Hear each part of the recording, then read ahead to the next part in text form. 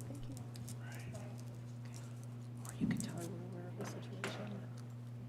Yeah, we gotta find out where it's at. How it's at. I already did. It's not legal. And then you were gonna talk to him about it. I did. And that's what I told him, and he was like, okay. So I don't know what she's gonna do. Whose clock are you using? We're waiting for the on-air. Yeah. And now we are.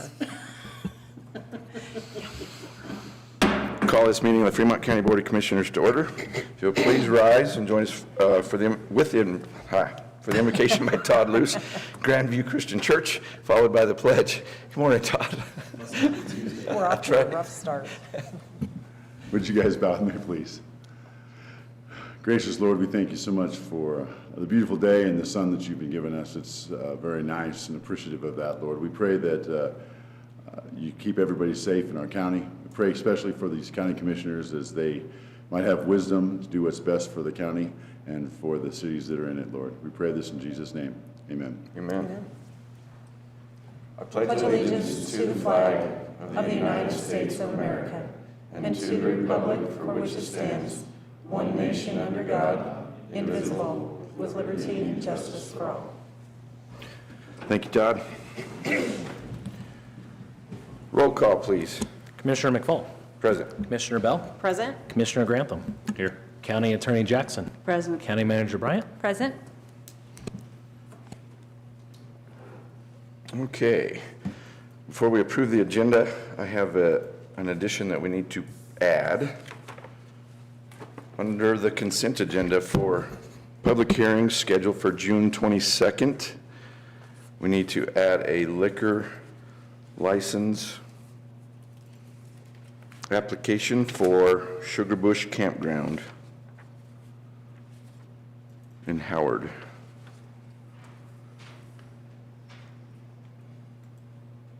All right, Mr. Chair, with that addition, I move to approve today's agenda. Second. It's been moved and seconded to approve the agenda with an addition. Any further discussion? Roll call, please.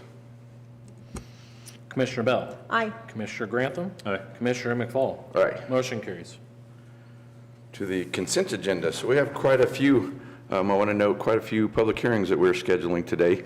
On June 22nd, we'll have a request for an OPC 21-00, which is a Rocky Mountain Bud Company for an optimal grow cultivation license to cultivate medical marijuana on the property located at 2911 County Road 103. We have a special event liquor permit for Canyon City Rodeo Association. And then we have the liquor license application for Sugar Bush Campground in Howard that we just added. Then also on July 14th, we will be having we are scheduling public hearings for request to designate a portion of Fremont County Road 45 opened off highway vehicle traffic, and a request for a special review use permit 13-002 Captain Zipline major modification to allow Play Dirty ATVs to operate from the parking area, that the customers may follow the employee to the zipline area rather than park in the parking area and be shuttled. Mr. Chair, I move that we approve the consent agenda with all of those things that you just mentioned. Second. It's been moved and seconded to approve the consent agenda. Any further discussion? Roll call, please. Commissioner Grantham. Aye. Commissioner Bell. Aye. Commissioner McFall. Aye. Motion carries. So now we move on to staff and elected official reports. We'll start with the county clerk's monthly report. Mr. Grantham. Thank you, Mr. Chair. The total motor vehicle fees, sales tax, and recording fees collected for May of 2021 are $1,439,506.43. Fremont County's portion for disbursement is $815,305.15, which is 57% of the total fees and is $200,927.57 more than May of last year. Year to date, our office is is above last year, $986,617.40. Wow. Yeah. That's pretty amazing numbers. Those are amazing numbers, but it would seem to me as though that might start leveling out a little bit after all of the closures and late payments and everything that were happening a year ago because of COVID? Well, I'll also note that we were not open. We were open to appointment only, so I was actually strangled at this point last year. Yes. So we may see an uptick in June and then see that drop in July a little bit. However, we thought that motor vehicle sales would have dropped a couple years ago, and they really haven't, so. And they really haven't, so. All right, with that, Mr. Chair, I move to accept the county clerk's report for the month of May 2021. Second. Been moved and seconded to accept the county clerk's monthly report for May. Any further discussion? Roll call, please.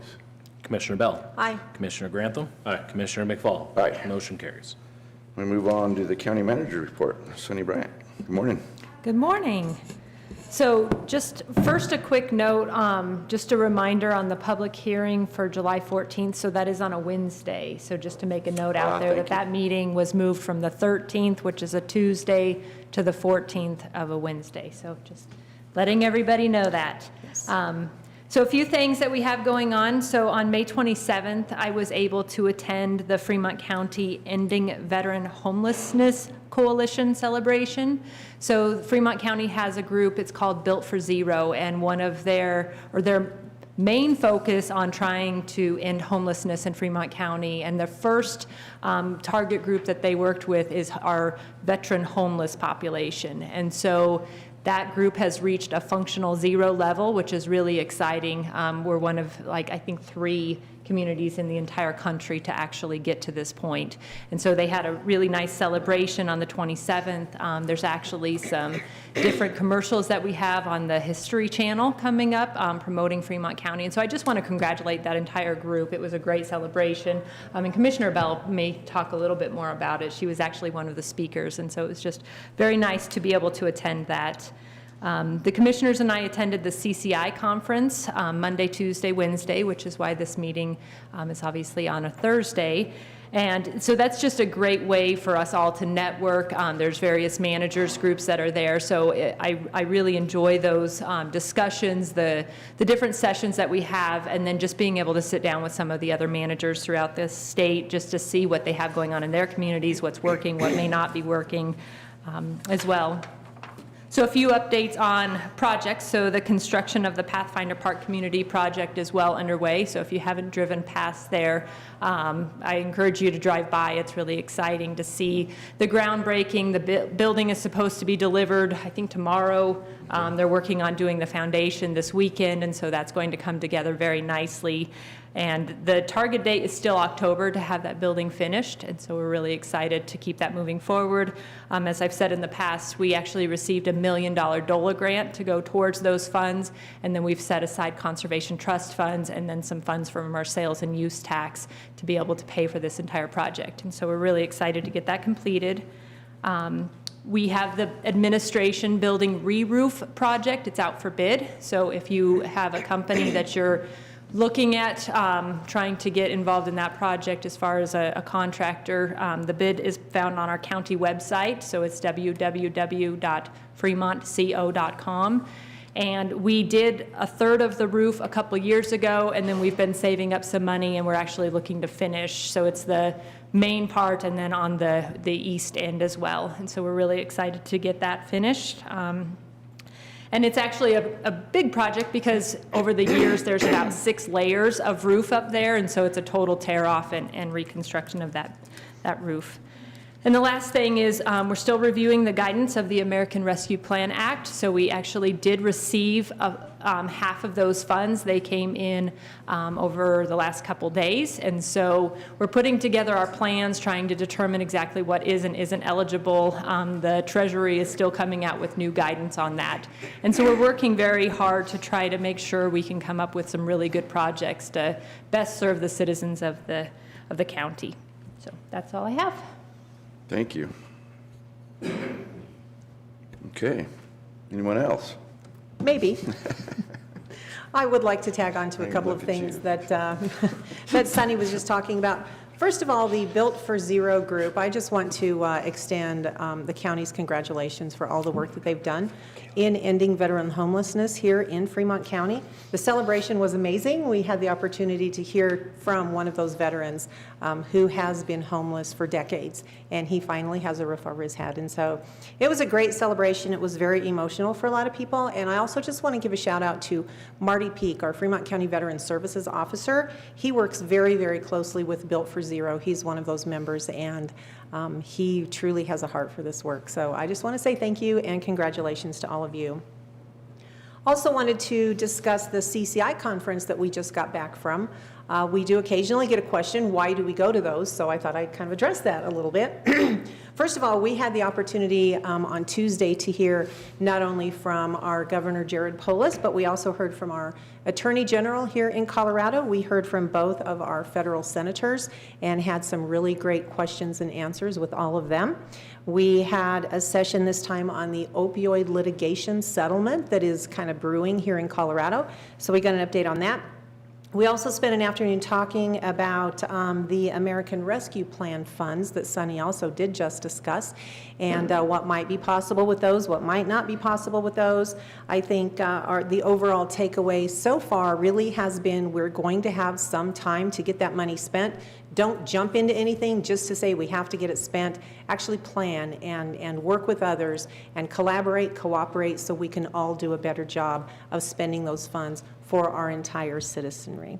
Another thing that we rely on very heavily at those conferences is the ability to network with other county administrators, with other county commissioners, to talk to people who have some of the same issues that we have and have conversations about how do you tackle that, how do you solve it, what do you do for those. So that was really great. And I also just wanted to congratulate my fellow commissioner, our chairman here, Dwayne McFall. He was elected president of the CCI Mountain District just yesterday. So congratulations, Mr. Chair. Thank All right, you. that's it. Kayla, I skipped you. Sorry about that. Can we get a public health update from you? Ms. Kayla Marlar, Public Health Director. And we'll come back. Saw you sneaking out, so I figured I better catch you. Good morning. Good morning. To give you a little bit of a COVID data update for Fremont County, we currently have 31 confirmed community cases. Those individuals range from anywhere from 31 to 82. We currently also have 9 active hospitalizations, which we have seen a complete decrease in hospitalizations from last week. I think we were up to 19 last week. And those individuals that have been hospitalized are ranging from 31 to 81. Let me correct myself, I'm sorry. Our 31 confirmed are anywhere from 16 to over 60. Got that data misinterpreted. Also, we currently have 62 deaths in Fremont County. FCDPHE has provided 12,484 first and second doses.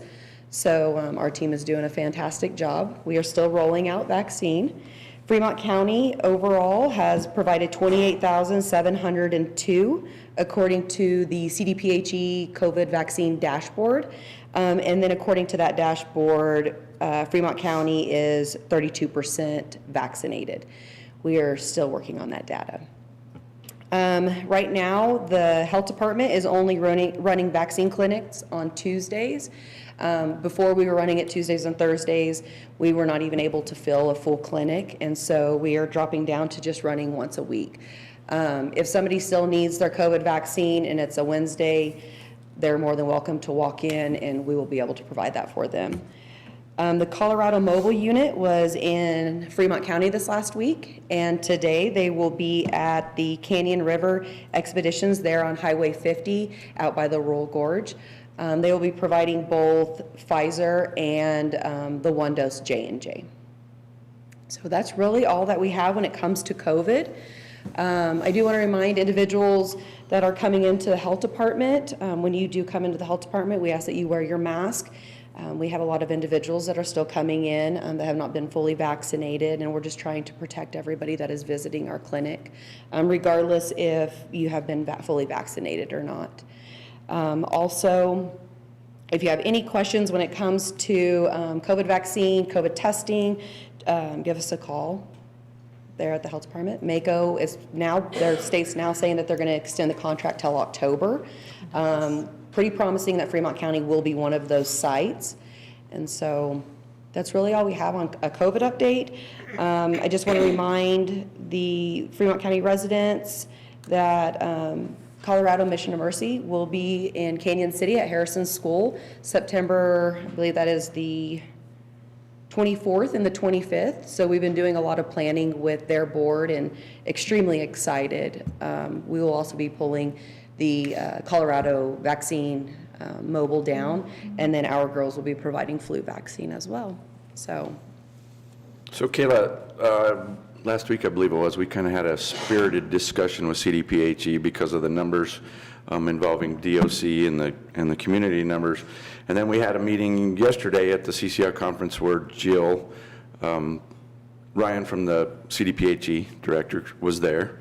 So we had another, I'll call it spirited comments to her about those same topic.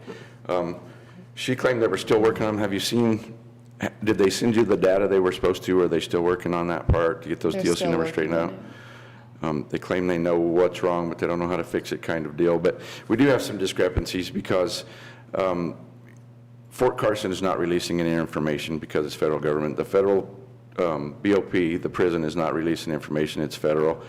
DOC's numbers are, sometimes they'll release them, sometimes they won't. I think it's all skewed, but that is skewing up our community numbers, so that's what we're trying to fix and have been for the last year. It's kind of frustrating, and I think we've stressed that frustration before, but we just keep on them. Debbie hit Jill yesterday, and then I hit her again, so. Pretty hard. Had the opportunity, and so please keep us, up on that, whether they're coming through with that or not, and hopefully we can get that rectified. yeah, and I have not heard anything. And so I know that we got an EPI update for the entire state of Colorado, and we did post that on Facebook. It's actually really informative, very interesting. And so one of the things that is extremely discouraging is we are providing a ton of vaccine, and all of our providers in Fremont County are doing a fantastic job. However, when you look at the data that is being presented to the public from the state, Fremont County is extremely low when it comes to vaccine that's being provided. So seeing us at the bottom, although we know that it's not completely accurate, it's still disheartening. Right. Any other questions for Kayla? Okay, thank you. Thank you very much. Thanks, Kayla. I just want to kind of add a little bit, Commissioner Bell touched on it, the opioid settlement. There's been a coalition of counties been working on it for over a year. The state's in on it now, but I've been in on most of those meetings. Ms. Jackson was in on some of them early on, but there's a lot of lawyers. There's too many lawyers involved in this, actually, but it's kind of starting to finally come to fruition. The settlements with the big drug companies for the opioids that they were pushing out in the past. The idea that we started out with was we didn't want it to be another tobacco settlement like it was a few years ago. The state of Colorado got a huge tobacco settlement, and then they misappropriated and spent the funds where they shouldn't have been instead of towards tobacco cessation. So we were trying to prevent that with the opioids, and we've done a pretty good job so far. We've been negotiating with the Attorney General, the group of us, which is through CCI, and then Colorado Municipal League as well, which represents municipalities across the state. The Attorney General had his ideas, and we've changed a lot of his ideas, and we've now came out with and it's not completely final yet, but the state will end up with 10% of that money for their programs, which they still need some, but the rest of it will go to regions, which we came up with 17, I think, different regions, which is counties that already work together and have a working relationship, and then to the local governments as well, because we are the ones in the local governments or in the communities that have these opioid problems, whether it be there's no treatment facilities or the law enforcement that it takes to deal with these and stuff. So that's where that money will be able to go. But the region also will help, hopefully, if it's done correctly, capitalize on that money along with other money to provide treatment facilities within a region where here all patients have to go clear to the I-25 corridor, Colorado Springs, and sometimes further. So that's kind of the mission of the opioid coalition that's happening, and we're getting really close to having a settlement or a memorandum of understanding where all municipalities and counties will sign on to it, hopefully, because that increases the amount of settlement that we get, and it'll benefit the counties to hopefully knock out some of the opioid addictions that are in our communities. Anything, Mr. Grantham? Nothing, sir. Okay, anyone else?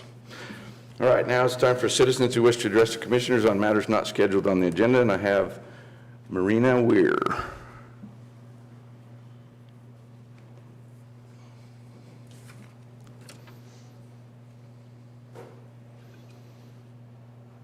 Good morning. If you'll hit that button on that front of that microphone, it'll turn it on. There you go. Okay, thank you. First, I want to thank you for allowing me the opportunity to speak to you today about this. I do have some pictures I would like to share with you, and these will be pictures of our home that we are in the process of trying to build. Some of them will be pictures of the interior. The ones that are completed are the ones that is like their display model that they have at their dealership. The ones that are incomplete, that show like insulation, the open walls, that is our home that they're in the process of building. And then the exterior pictures are also our home. I would say at this point it's probably about 70% complete. So where we have ran into the problem, we filed a building permit for 1482 Texas Creek Lane in Cotopaxi, which is zoned AR, around the middle of May. I believe it was May 20th. We received a call from Ernie on the 24th, and he indicated that they were going to deny the permit because it was a single-wide mobile home. I corrected him at that point and said, it's not a single-wide mobile home, it's not a manufactured home, it is a modular home. And it's being placed on a concrete foundation. He stated he would look into it further. Never heard back from him, so after a few days, I contacted the building zoning department again and spoke with Sean, who apparently was the director at that time. He is no longer employed with Fremont County as the director. After speaking with Sean later that day, he also indicated that he could not allow the permit because a modular home requires a 24-foot width. Colorado Sheds, also known as Dreamwood Cabin Builders, had previously done a home just like what ours is. Same size, you know, a few different aspects as far as the exterior.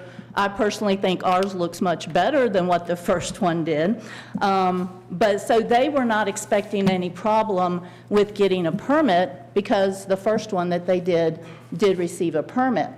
We have all of our permits for electrical, well, septic, everything is up and operational.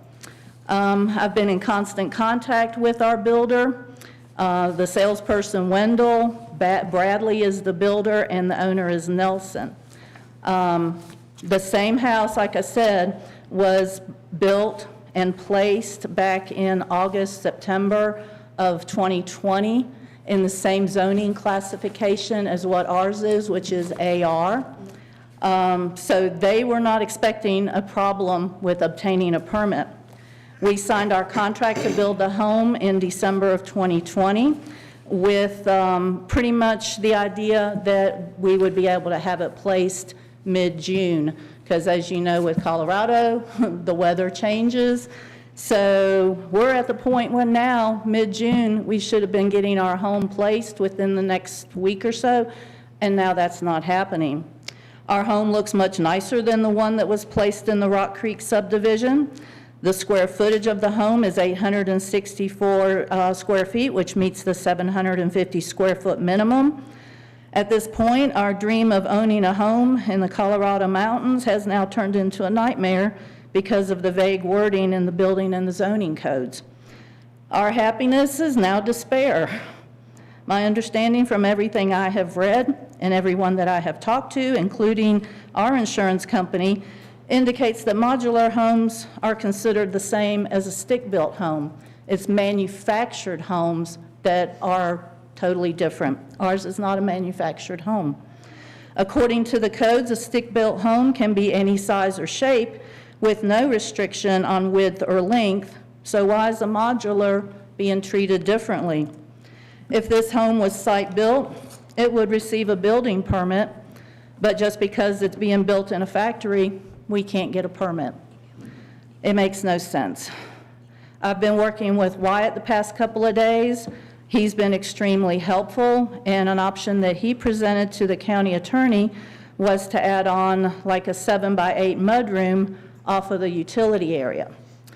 The attorney agreed that this would be allowed for permitting if we did it, but when I went back to our builders, they estimated the cost would be an additional $20,000 just to do this, because they have to go in, re-engineer drawings and the foundation, along with a problem as far as even doing the roof line, because you're going to come off with it, and the subdivision, Glen Vista, requires what they call a 412 slope, and it would basically look extremely tacky, and it would look like it was just an add-on to the home without much thought being put into it.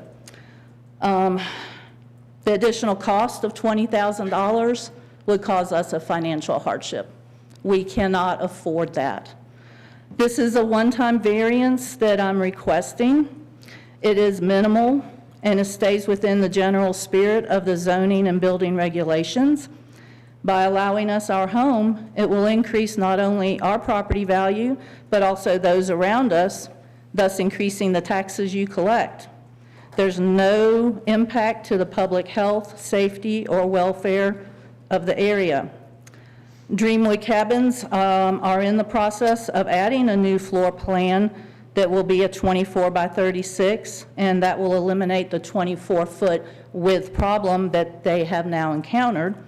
And going forward, seeing that ours is already near completion, I humbly request that you do the right thing and allow us to have our home in these beautiful mountains.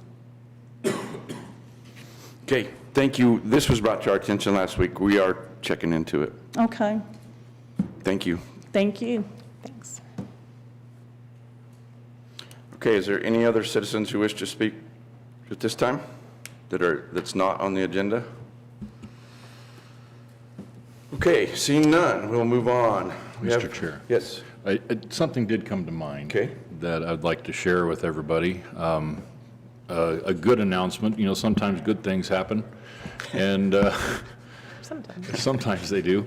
And the best thing that happened this week is that the Colorado State Legislature adjourned sine die for the year. So they are no longer wreaking havoc on the state of Colorado, and that is always good news every single year. So just thought I'd share that with you. Now, if we can figure out what they did last week, we'll be in good shape, right? Okay, thank you. Good point. All right, moving on to new business. The first item is discussion of the Fremont County Local Disaster Emergency Declarations, which we declared in March of 2020 because the state had went into an emergency declaration because of the COVID pandemic. We have stated in that as well because of the ability that gives us to receive state and federal funding as it was passed down because of the COVID pandemic. We were renewing it monthly, and then we had a resolution changed where it was going to be in place until we decided to kill it or otherwise amend it. So we're, again, just discussing that. Is there any discussion on this at this time? Just to add on to that thought, Mr. Chair, keeping it in place doesn't put any additional restrictions on anybody here in the county or the businesses. It's more of a status quo because most of the things that were restricting, the restrictions that were being placed upon individuals and on businesses were coming from the state, and those are being lifted. This is, as the chairman said, a mechanism that we will keep in place to give us more flexibility in receiving those state and federal funds. Thank you. Any further discussion? Okay, so it'll stay in place we still have the option to amend it or kill that at any time. Kind of trying to stall here because it's almost 10 o'clock because we have a public hearing at 10 o'clock. It's got to be less than 30 seconds, so I hate to move on to the next item because it's going to take a little longer. Before we start the public hearing, I'll just talk a little bit. We did have a public hearing on Twin Enviro landfill back in February, on the 9th of February. We tabled it at that time and scheduled another meeting in a couple of weeks. And at that time, we decided to table it again because we felt we needed another public hearing. And that public hearing was scheduled for today. So that is why we're here. For those individuals that are here with concerns about the landfill and that were able to speak to us last time, we very much appreciate that. All that stuff is still on the record. We'll allow time again today to speak in the public hearing portion of that. However, we don't need to hear the same thing that's already been given to us. So if there's any new information or anything like that, we welcome it, but we don't want to hear the same stuff because we do have it. With that being said, the hour has reached 10 o'clock. So we will open this public hearing. The public hearing is now open for Twin Enviro. What this is Twin Enviro has requested approval of a modification of a special review use. The file number is SRU 98-007, Twin Enviro major modification to allow for a vertical and lateral expansion of the landfill. The expansion includes expanding the limits of waste by approximately 100 feet along the current waste limit southern boundary, and includes raising the final waste cover grades along the southern portion of the landfill. The 77.82 acre site is located off County Road 67 in Penrose and is within an agriculture forestry zone district. And we have Chris here this morning. Are you going to represent again? Come on up, Chris.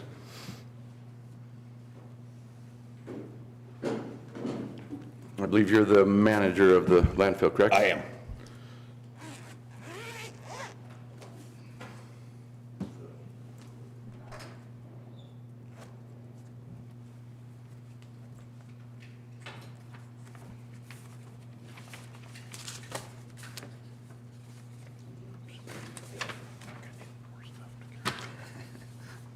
So, along with this, I will remind everybody, including the commissioners, that we did have a staff report on this before. There were some contingencies, which were approval of the modification of the certificate of designation, modification, state and local, approval of the stormwater drainage plan, which I believe has been approved now.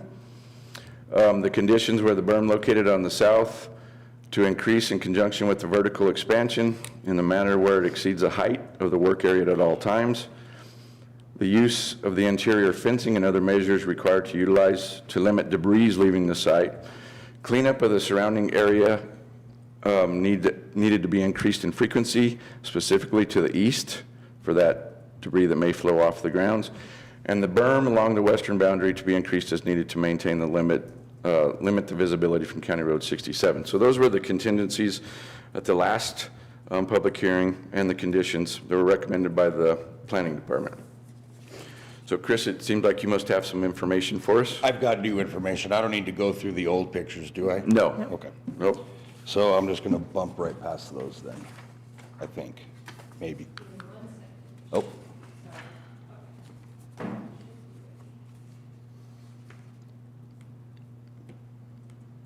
Wanted to add just right quick too that Mr. and Ms. Horstman, we did receive your email and information if you're here that you sent us. Thank you. Okay, so what I've added to the PowerPoint is basically all the fencing that we've got. The first picture is of trash. It's of the bull fences. Now, those are the movable fences that move with the working face. We pick those up with the compactor and move them wherever we need them. If the wind is gusting out of, say, the southeast, we can move them to cover the northwest, obviously. There it is. Okay, so what we've added, we added this back before, I believe, even the first public meeting. We just didn't have it done yet. That is a kicker fence that is along the northeast corner of the property. As you can see, it's kind of prison style with, you know, a fence kicking in. That's all chicken wire up on top. That spans down almost the whole way. It doesn't go the whole way just yet because that's really the majority of where all the trash goes. This is the northeast corner here that we're looking Yes. at? Yes. And looking south? Okay. Yes. So that's, you know, what we've dubbed the kicker fence. What we've added to the east fence, you'll see sector sign A along the east fence. It's all alphabetical. That is a 1/4 inch mesh, for lack of a better term, like a tennis net. 8 feet tall, goes all the way down. It spans the entire length of the east fence, clear up and over. Now, we did finish it yesterday. We had one roll that we had to get out, which is, I think, a 100-foot roll. Again, that's just still the same thing. Okay, the west slope now is green. We got rain, so it grew. Now, how long it's gonna stay that way? I don't know. With my site, I don't have any water. I'm not permitted to pump any water. Really, to speak of, I'm allowed, I believe, 0.3 acre feet out of monitor well 10. That's not a lot of water. So we have to haul our water. So we try and do that the best we can, but the water haul that we do is mainly for dust suppression. Again, the west slope, I think I missed one. Okay, so that right there is the tracking pad that comes from the scale house all the way around the corner and up to the ramp. That is to mitigate mud before it gets off site. Okay, that was one of the things that, you know, we needed to show you that we had in place, and it is indeed in place and has been in place. It's just clean now. Okay, because I was going to say it was not clean recently. No, it's Yeah, clean the now. maintenance of that needs to be kept up. Right. Okay, here we go, the hogback. Now, I have been in contact with the Conservation District. I have a seeding plan in place. I've been working with Kimberly Diller and Greg Langer on that. I've also been in contact with a remediation company that I'm gonna hire to come in, and they're gonna drill seed it, and then they're gonna put coconut blanket over the top of it, and, you know, wattles is what I call them for erosion control. Right there, I'm standing on the east side you're looking right down County Road 132 right there. That is where we're gonna start the project. It's a good starting point. We've already got kind of a slope established there. You can't necessarily see it because we're gonna start it from the road. But we're gonna start with a 3-to-1 slope, which again, with Greg Langer, that's what he suggested. 3-to-1 slope, start there and carry it all the way across there. Now, this picture was taken about 8 days ago. It's way greener now on the flats. I do have to say I was wrong when I told you that that hill will not grow. I tested the soil, soil's good, it'll grow. So I think if we get it to a 3-to-1 slope, it will grow. That tree right there is the one lone tree that survived on the hill. Now, I was wrong when I said they all died. They all didn't die. They're all down in the bottom, and they're all growing. They're about 2 feet tall. That right there is essentially directly behind Mr. Horseman's house. We sloped that to get away from the high wall stuff. That is growing with no help at all. No fertilizer, no grass, no anything. It's already growing. So with a little bit of water, it'll grow. And that's essentially it. Well, the closing plan. So I tried to get an artistic rendering of how it was gonna look. I had no luck. I've been trying since April. So I had my engineering company do one out of CAD. That's the landfill post-closure without the expansion. You see how flat it is and it's just kind of there? That's what we want to make it look like when it's all said and done. It'll be more aesthetically pleasing and, you know, just all around better. Okay. Guys have any questions for him at this time? I do not. I do not. Thanks.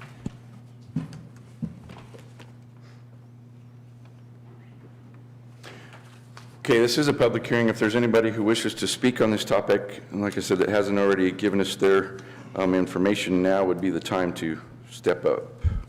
front.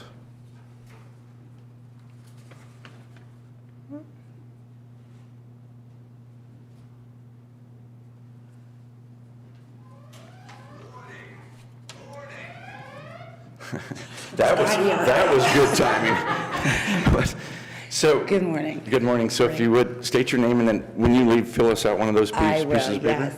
So my name is Susan Lapierre. I live approximately 5 lots south of the landfill.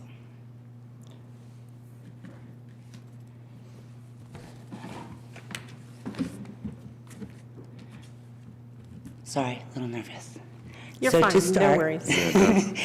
I would like to say a quick thank you to the committee for all of your hard work, bringing new business and beautification to the county. Much needed revenue, it's looking fabulous, and I thank you all. I would like to start with my interest in Phantom Canyon landfill by saying I am not anti-landfill. We need them to exist in a healthy environment, but in the correct location. To say I am anti-landfill would be completely incorrect. I was a transfer station to landfill big truck driver. Driving trash truck helped to give my 4 children a Catholic school education. What I am against is the location of Phantom Canyon landfill. Actually, the name says it all. It is a landfill located at the only low elevation entrance to Phantom Canyon. You drive by it in order to enter Phantom Canyon. This landfill is horribly misplaced. Now, on the problems I do know that already exist and will only increase with an expansion. This landfill's location is attached to a community. Waterville subdivision is filled with moderate-sized homes. But we are a community and deserve respect as such. The landfill was told by the county when they first permitted that reclamation of the land was to be done. It hasn't been done in all of these years. And we, as a growing community, look at a large pile of dirt. The pictures were fabulous. They show current. They show after a large amount of rainfall that we just had. That is not green. If they maybe do constant watering on their part. The aesthetics of the landfill are only one small part of the problem. There's a new drop yard for power lines at the corner of County Road 123 and County Road 67. This increased truck traffic greatly. Combined with more traffic to the landfill, it will be intense. When the power lines are finished, we will still see a heavy impact from the increase of truck traffic.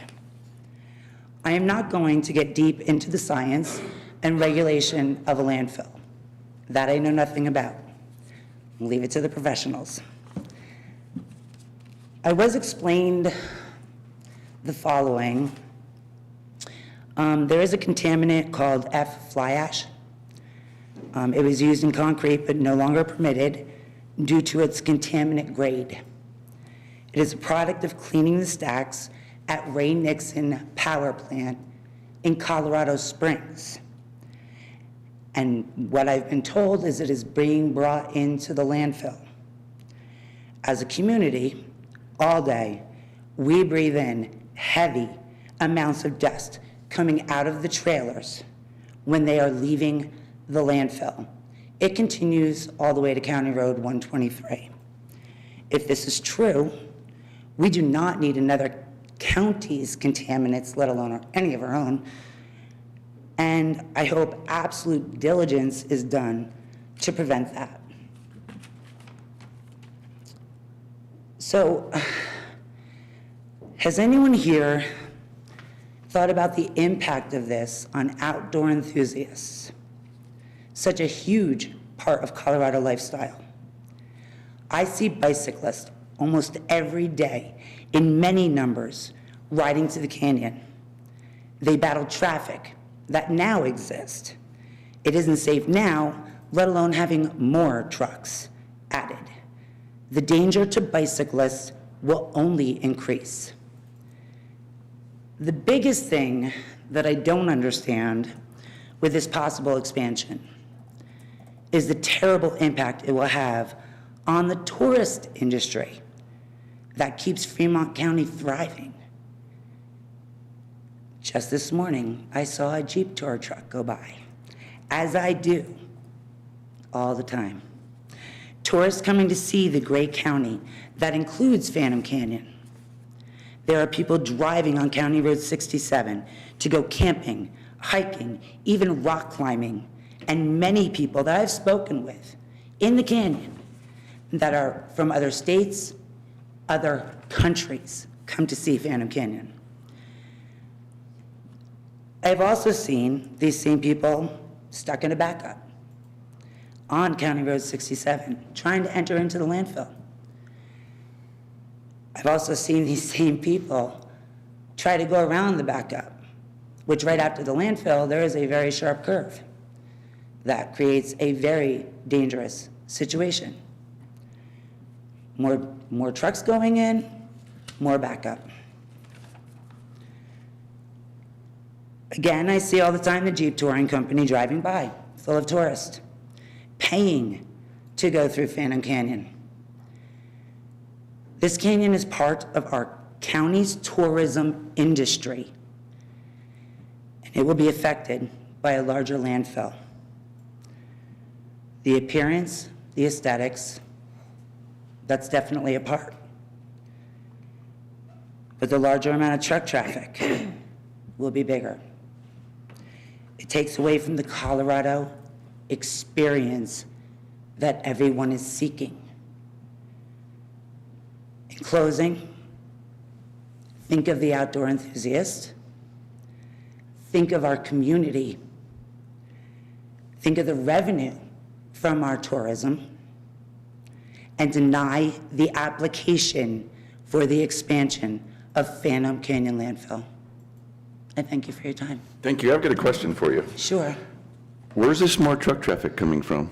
I'm sorry. Where's the more truck traffic coming from? Well, if the landfill increases in size, are they going to bring in more trucks? No, it's to increase the life of the landfill. So you see in the future the same exact amount of truck traffic? There will be No, no I'm more not truck looking traffic? into the future, but they're not looking to add trucks to come in to fill it up quicker. It's to add it's got I believe, a 10-year life expectancy left as it is. They're trying to increase that it's available for the community of Fremont County. Okay, Longer so- period of time, but not more trucks. I don't know if you can guarantee me that, I can't guarantee you anything. I'm because just I wondering think where you money got that. talks. I think money talks. And I believe that we will see more truck traffic on County Road 67. Okay, thank you. I do. Thank you. I also have a question for Sure. you, if I may. How long have you lived here? I have lived here we built the home 4 years ago. We purchased the land approximately 6 years ago. I've been coming to Colorado, though, for many years, and have lived in Colorado for approximately 12 years. We built the home with the landfill there. We knew it was there. Again, I'm not anti-landfill. You know what I mean? I worked it. The fencing I saw was pretty inadequate in those pictures. I'm, again, not anti-landfill. There when I bought it, knew it was there. Not up for an expansion, not up for more traffic. I just don't see the fit going into Phantom Canyon. The effects of Phantom Canyon. You know, no, I don't think anybody's thinking past that point. Phantom Canyon is such a unique place that people from all over come to visit. It needs to be addressed as such. You can't dismiss that. Okay, Okay. thank you. Thank Make you. sure and fill out one of those I slips, will. would you please? Thank you. Thank you. Okay, is there anyone else that would like to speak? Yes, ma'am.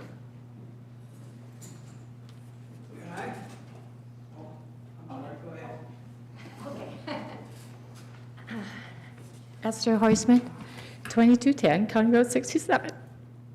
Anyway, the one thing Twin Enviro has not in common with the other landfills in the United States of America, whether they're closed and or open, is the fact that they have people within a 2.5, 3 mile radius. Does anyone know why there's nobody living within a 2.5, 3 mile radius of a landfill? Because it poses severe health risks to people. And the fact that James has had the land there 3 years prior to them even moving in to the neighborhood. He's just grandfathered in, and there are severe health risks. And that's something I don't know if anyone even considered, but there's probably a good 200 or 300 people within a 2.5 mile radius of the landfill. And that's all I have. Thank you. Sir? May I speak? I'd like to know if I could have. Would you tell us your name, sir? Huh? Would you tell us your name? David Rooks. Okay, I live up on Fremont County Road 132, okay. 2378 County Road 132. Could I ask Chris to change the picture back? I can do it. Which picture are you looking for? I'd like to see the picture of Fremont County Road 132 where that Right there. picture's coming down. That one? Thank you. You said the fence was all the way done with the netting? Sir, ask us questions, and then we'll have Chris come up and answer those questions. Where that road is right there, they drive ukes up that road all the time. It's never got water on it. And it's pretty dusty when they do So it. you're talking about County Road 132 or their road? Their road, Okay, this one right here. okay. And he said that the fence was done all the way on that east side. That is the east side fence right there. That is not done. Right there is where the wind blows the trash through into Marcy Kelly's. Quinn Slate's property. I'm sorry, I just know from years ago. But I was just wanting to address, there's no water ever been put on that road when they're using the ukes. And it does get dusty. Okay, And the question I had is, there's state ground behind this property, and how high is the dump going to be above the elevation of our state property? That was one of my questions, is are they going to go above that height? Because we need to see the state property, if that makes sense. yes, sir. And thank you. Do I need to fill one Yes, of these sir, out? please. Can I use this? Okay, yes, sir.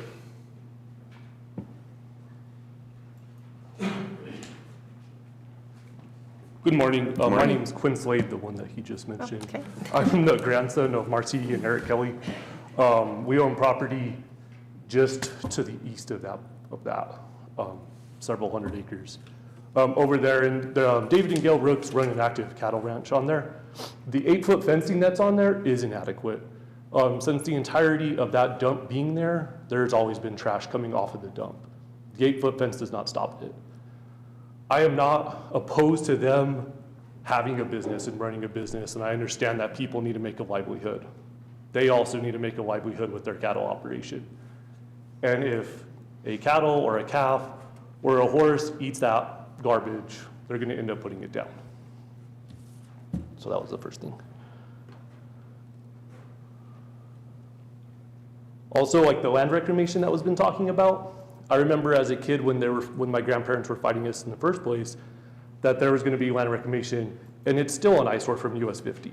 I drove in last night, and this morning when I drove by, you can still see it. There's been no change in it.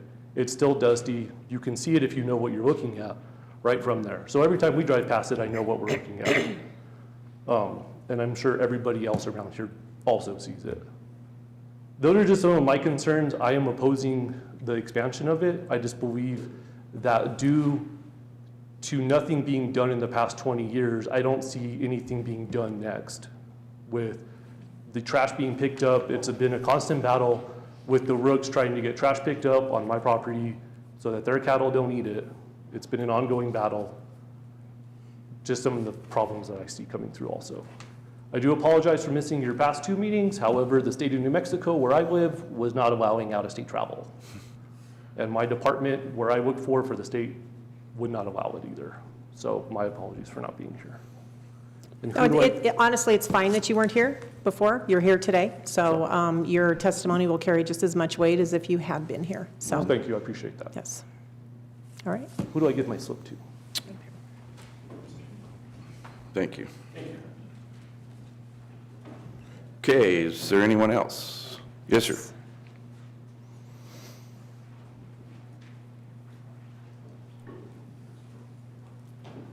Good morning. Morning. My name is Claire Horseman.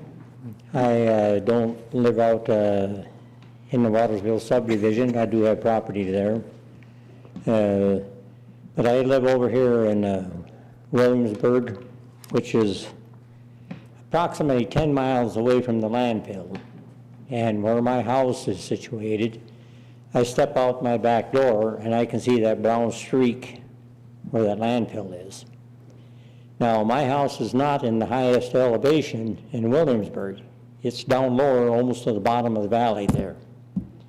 If they raise the height of that, it's going to even be more visible from that distance.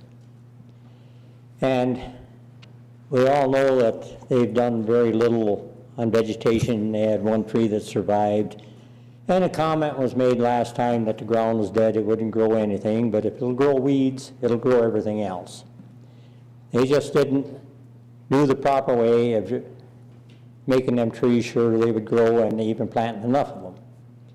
Now, the next thing is, they showed a picture. If it was filled up and leveled off at this state, it'd be flat up there. And if they get to raise it up, which is going to even make it more visible from who knows how far away, this so-called hump they want to put in there is supposed to make it more pleasing to the eye. If you drive up 67 and you look at that, you would never be able to see this pleasing lump they want to put in there if they get to increase the capacity of this landfill. And I see no real benefit allowing them to continue operating. They've got 10 years, or this county's got 10 years, in which to determine or establish a different area in which to take care of the refuse. Now, when this was originally put in, it was all dumped on the county. They wanted to close up their dumps because they weren't actually landfills, they were just dumps. And everything was in a big rush to find some place to put it. And there was transfer stations put in until this was established. And they all were shut down, but my feeling is that it just needs to be done with, and that's it. Okay, thank you, sir. Would you fill out a slip for us? Thank you.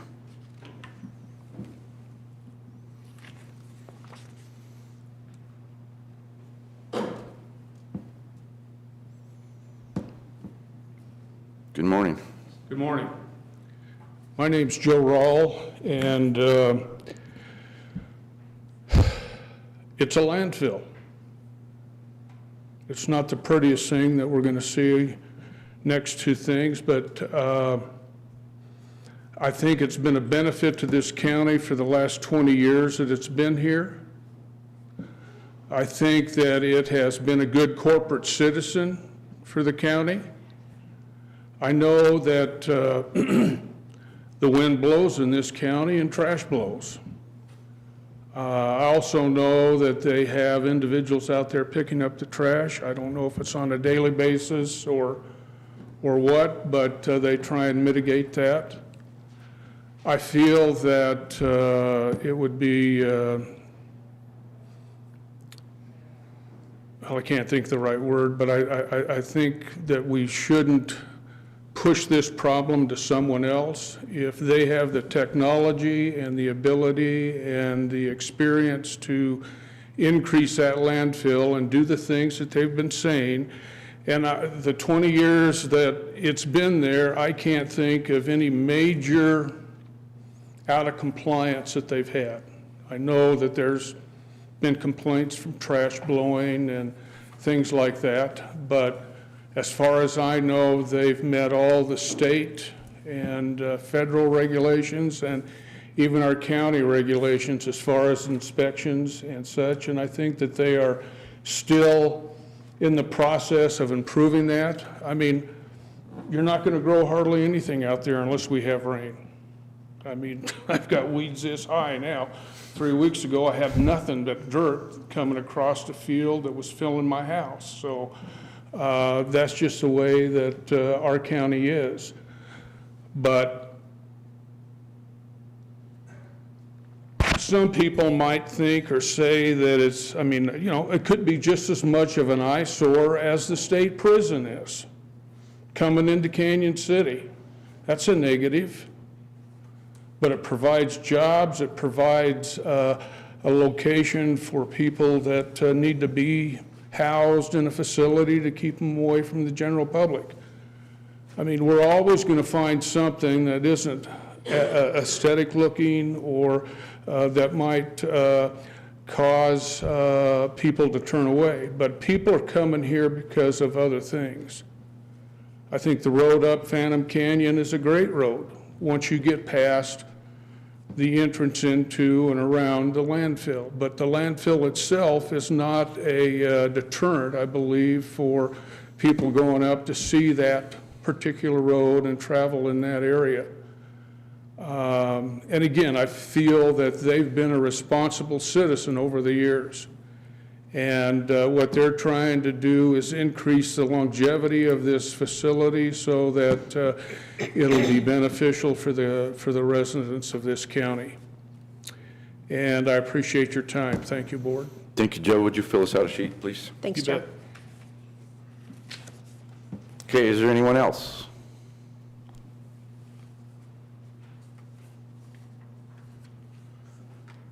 Okay, last chance. All right, I'm going to close the public hearing. And Chris, I'm going to ask if you'd come back up and address those questions, please.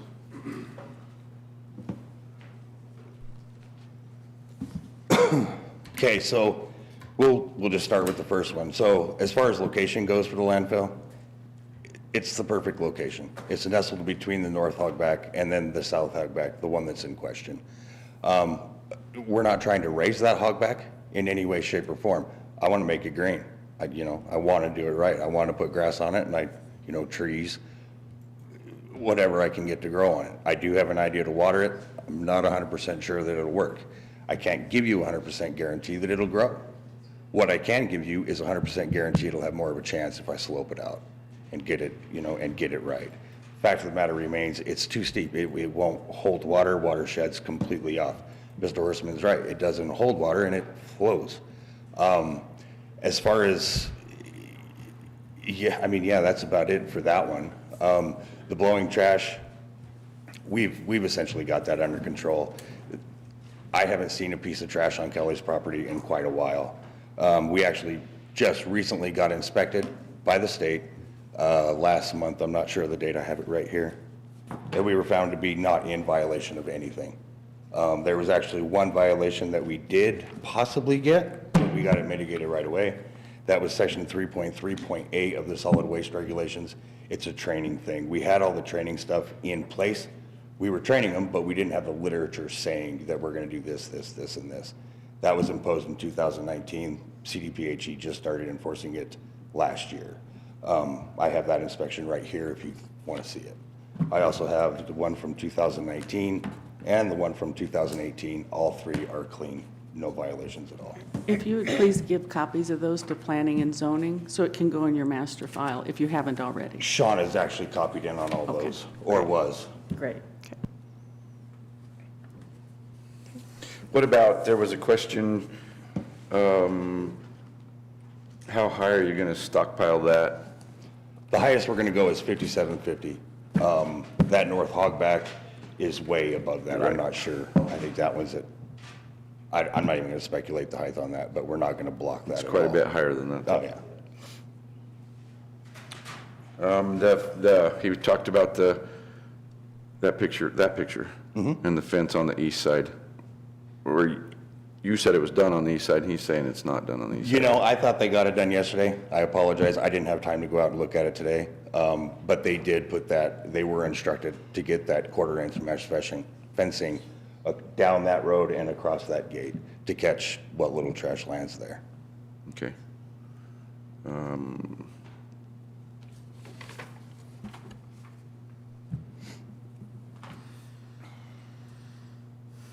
That's all the questions I wrote down. I Did don't miss see one? anything else, no.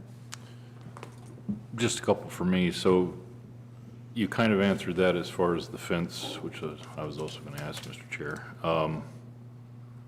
And it's been, we talked about this last time we were here, as far as the trash pickup and having individuals, and Mr. Rawl mentioned that there were individuals going around picking up trash.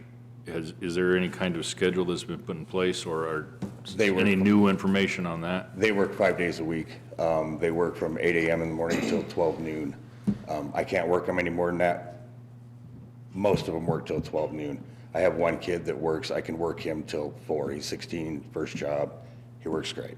The other guys, if I work them any more than 8 to 12, they actually lose benefits from the state as far as housing and medical and stuff like that. I can't necessarily pay them, you know, that type. They are keeping up with it. You know, the first line of defense is our bull fences, right there at the working face. If we can contain the trash at the working face, we're winning the battle. If it makes it up the slope, then it gets to the kicker fence, then it, you know, we're still winning. There is a routine. The first thing they do in the morning is pick up the bull fence and then the exterior fence, and then they go out on Kelly's. They're out there every day. They hate me. They absolutely But it is what it is. It's got to happen. And you mentioned and it was mentioned by others as far as the grass, the growth that we're seeing on the berms right now. Now, explain the berm. Are you talking the berms on each side when you pull into the? Well, the pictures that you had of the grass growing, the tree that you mentioned on there, okay. and Yeah. et cetera. On the hogback, right. And the It benefit of the recent rains and whatnot. When it doesn't rain in August, then what? I mean, is there anything that can be done? You know, I have an idea to get it, and I talked with Kimberly Diller, and she says that the grass seed mixture that she's proposed will survive. It's native, so it's going to be brown just like everything else is brown around here. But she said if I can get 1 to 2 waterings on it after the fall, or, you know, after it thaws out and stuff like that, basically irrigated. I've got 2 20,000-gallon tanks staged on the other side of the hogback, and I've got an idea to pump a water source up to there. She says if I can water it 2 times, 3 times, then it should take root and hold and stay, and, you know, will sustain with, you know, Fremont County water. And that'll help the erosion on that as well. Yeah, well, and, you know, just getting it down to a 3 to 1 will help the erosion on it tremendously, you know, along with the wattles and the coconut blanket and stuff like that. Right. And it was, the only other thing I had written down, Mr. Chair, was, we talked about it last time as well, and it's been brought up again, but as far as the fly ash. Okay. Is there any still being brought in, or? Yes, 4 loads a day. Okay. And it's still being covered like it's supposed to be on site? We only bring in 4 loads a day, and we use that to, go ahead. No, go ahead. So we bring in 4 loads a day. That basically sustains what we bring in for liquid waste, for non-haz liquid waste. We're essentially using it daily. So it's not there? Yeah. Gotcha. I thought of another one, and it was the dust he was saying was coming off of this road because they're running on it. We really, honestly, I'm gonna tell you, we try not to water that. That road is kind of steep, and with our soils that we've got, it gets super slick, so. But they are instructed to keep their speeds down, and they're all gonna get a chatting to when I get in. Okay, Commissioners, do you have any more questions for Chris? I actually do not. I'm good. I'm checking. There are lots of papers I printed off. Mine's all right here. That's why had my head down looking at my Yeah, I computer have it in screen. both places. Yeah. Goodness. Oh, well, in answer to another question, actually, Mr. Chair, the assertion is made that this would increase traffic. How many extra trucks would be coming in because of this expansion? We're not anticipating any extra trucks. If at all, maybe Howard Disposal would come in more frequently, but other than that, that's it. And the statement was made that it can't be guaranteed. Well, I agree, that can't be guaranteed, but my question specifically is, how many more trucks will be coming in due to this expansion? I don't anticipate any extra. Yeah. Okay. One more thing, Chris, the drainage, I kind of discussed that when I was talking to start with. Our engineers went out there, you've fixed those detention ponds? What retention ponds are you On referring the, to? what's that? Sedimentation. Sediment ponds, yeah, sedimentation ponds. Those have been cleaned out? Yeah, actually, yeah, we clean them out yearly. Yeah. It's actually due to get cleaned out again as soon as it gets dried out. Currently, there's water in it. She had, I'm guessing you're talking about the one right by the office? yeah. Yeah.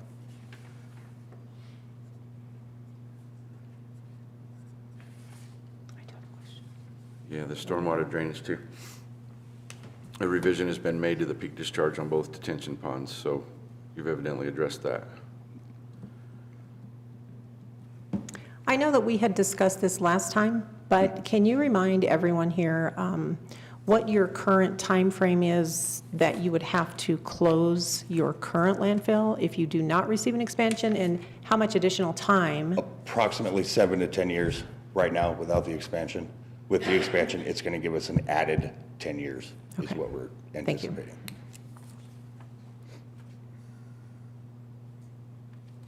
And then, as I mentioned before, and this is just a comment, I guess, but you brought that up, that mud mat coming out of there.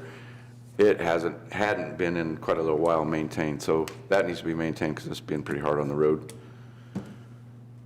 Okay, any further questions? No. No. Commissioners will ask what your thoughts are. Well, I have a lot. One thing that I would say is this has proven to be, again, a pretty contentious issue for this board. I know it was very controversial back in 1997 when first permitted. Excuse me. And this feels to me like one of those decisions that we're going to be making that no matter what we do, not everyone is going to be happy. Some things that we do as commissioners, we can mitigate all circumstances to where everyone will be mostly happy. But the answer typically is a yes or no answer. There's not a lot of compromise that is available to us. Because of that, a lot of thought has to go into these major decisions that we make. This is not one of those, we often sit up here and say, well, this looks pretty cut and dried to me. This is not one of those issues. And so I know as one of a board of 3, I would appreciate additional time for us to reflect on this. Okay. I think that we need to create a specific set of findings that will lead us toward the answer, whether it is going to be yes or no.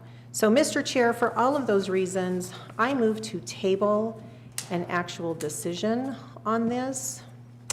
Our next meeting is Tuesday, the 22nd, but I know our county attorney has a lot on her plate right now. I'm not certain that that's really enough time.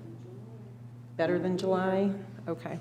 All right, so I move to table to our meeting Tuesday, June 22nd at 9:30 a.m. I would second that. All right, so there's a motion and a second on the floor to table this for a little bit further discussion before a decision is made till the June 22nd meeting at 9:30. Any further discussion? Mr. Chair, just to reiterate what Commissioner Bell has said, needing to absorb this information and all the comments that we've gotten and some of the feedback from Twin Enviro as well. I'd rather be contemplative on this and come to a good decision rather than a quick decision. So I appreciate the motion and the time to think this out. So I just would mention the original application is 177 pages long, and we have at least at least 6 additional documents, all of which also have a lot of pages to them. So there's a lot here to absorb and to make sure that we all understand before we do make this final decision. So, And with all that being said, again, all of your comments are in the record, the ones from the previous public hearing as well as this one. All of the comments that Twin Enviro's made are in the record. And I appreciated the motion as well. There's a lot of, it's a big decision. I mean, everybody is affected by this one way or the other, so appreciate that. With that being said, roll call, please. Commissioner Bell. aye. Commissioner Grantham. Aye. Commissioner McFall. Aye. Motion carries. Thank you. Thank you. And that means then on the 22nd, we will have a decision, whatever that decision is on that day, under old business. Okay, now we go back to, if I can decipher, I wrote all over my page here. Yep, that's where we're Okay, item number 2 under new business is a resolution supporting redistricting and drawing of 2 rural districts in Colorado. I'll turn to Commissioner Grantham. You might wait just a moment Yep. for the room to clear Thanks, so we can folks. actually hear. Thanks all for being here.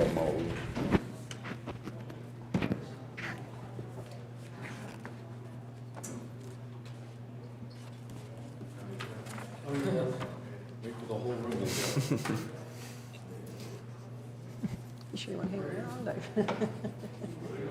There's nobody left to hear my resolution.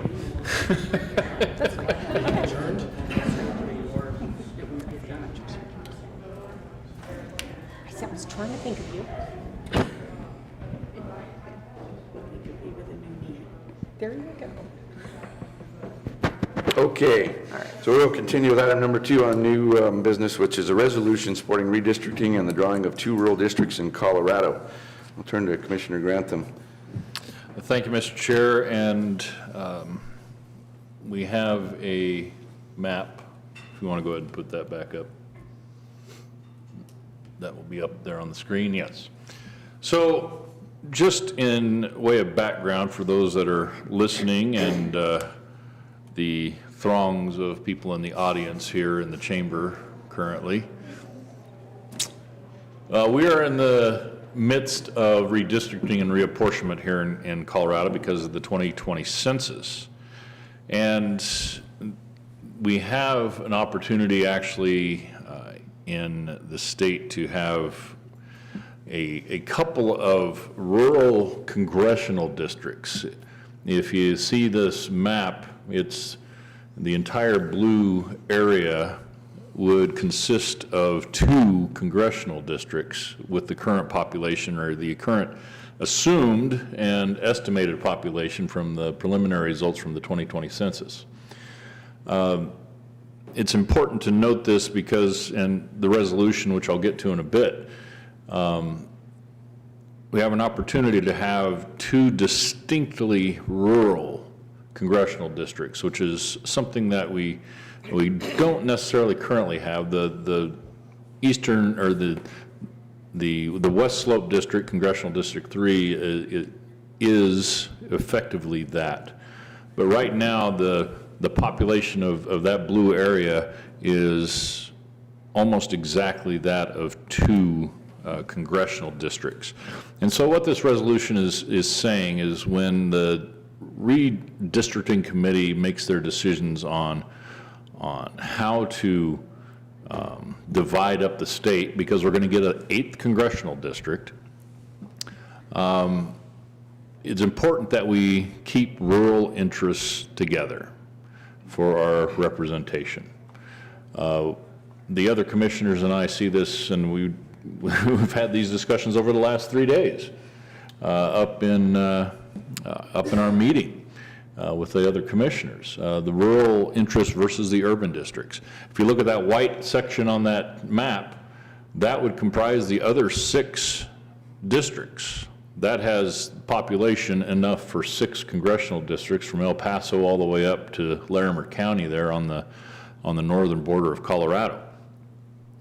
And so this line where the district might come down could put Fremont County in either the 3rd or the 4th congressional district.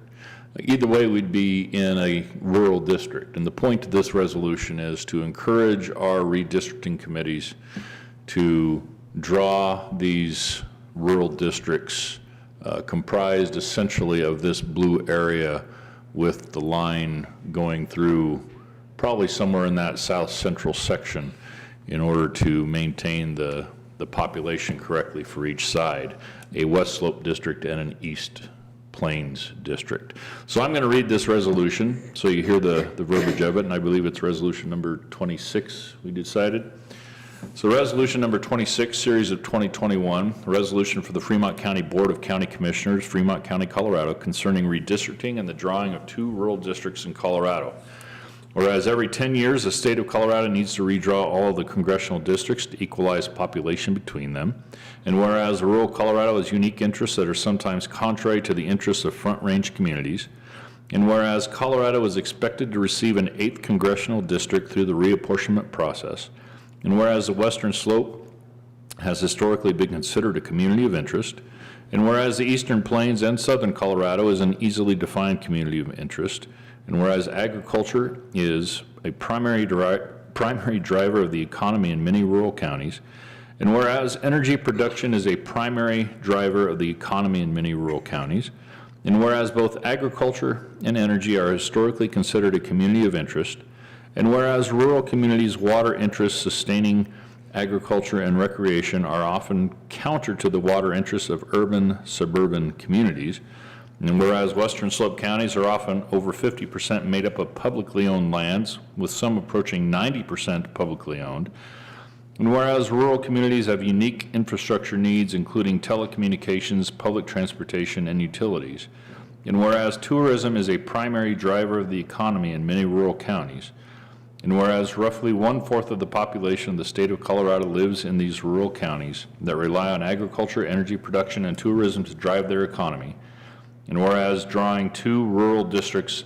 allows a congressional redistricting commission to better meet constitutional requirements for compact districts within the remaining 6 congressional districts, now therefore be it resolved that the Western Slope of Colorado is a community of interest that deserves to be made whole within 1 congressional district, and be it further resolved that the Eastern Plains and Southern Colorado is a community of interest that deserves its own congressional district. And finally, be it resolved that we, the Fremont County Board of Commissioners, encourage the Congressional Redistricting Commission to ensure Colorado's rural population is effectively represented through the creation of 2 fully rural, or as near as possible, districts. And I would move resolution number 26. I will second that, along with thanks to Commissioner Grantham for working so hard on this. One thing that I can tell you for sure, in frontier and rural communities throughout Colorado, we know that if we don't fight for what we need, we're never going to get what we need. So we are going to fight for this. I think this resolution is just one in a step forward. And so, yes, I'm more than happy to have this before us today. Okay, thank you. It has been moved and seconded to approve resolution number 26, supporting the redistricting and drawing of 2 rural districts in Colorado. Any further discussion? I think along with what you just said, Commissioner Bell, I think it's important to realize that if it's not separated by rural districts, rural counties will have with their district an urban county, which will probably outnumber them in population, therefore taking away the rural idea. So I 100% agree with that the rural, staying with rural. Which is exactly, honestly, what we see right now in a couple of districts. And to be perfectly frank, we kind of see that with the 5th that we're currently in. We may agree, at least the 3 of us here, may agree politically to a great extent with folks up in El Paso, but there's a distinct difference in in the needs of El Paso versus the needs of the current 5th when it comes to Teller and Chaffee and Fremont. So we, and what else? Park, most of Park. This would, the only 2 major population areas, well, actually 3 major population areas in this big blue area would be Grand Junction, Pueblo, which are already part of the 3rd, but they're distinctly rural areas, even with the population that they have. The only other one would be the Greeley area up in Weld County. And so this is, but that still is a very, very agriculturally driven economy in Greeley and all of Weld County. I think it's #1 in the state, and I think it's, boy, I can't even remember what their numbers are. It's ridiculous It is how much huge. their economy derives from agriculture up in Weld County. So it is a distinctly rural area, even up in Greeley and Weld County. And this would give us the ability to have even better representation, I think, for our rural interests. Okay, I think that's absolutely right. It seems like we're fighting constantly for rural and agriculture communities nowadays. Every so single day. We'll just continue with this. So I'd ask for roll call, please. Commissioner Grantham. Aye. Commissioner Bell. Aye. Commissioner McFall. Aye. Motion carries. Thank you. All right, seeing no more on our agenda, we are adjourned.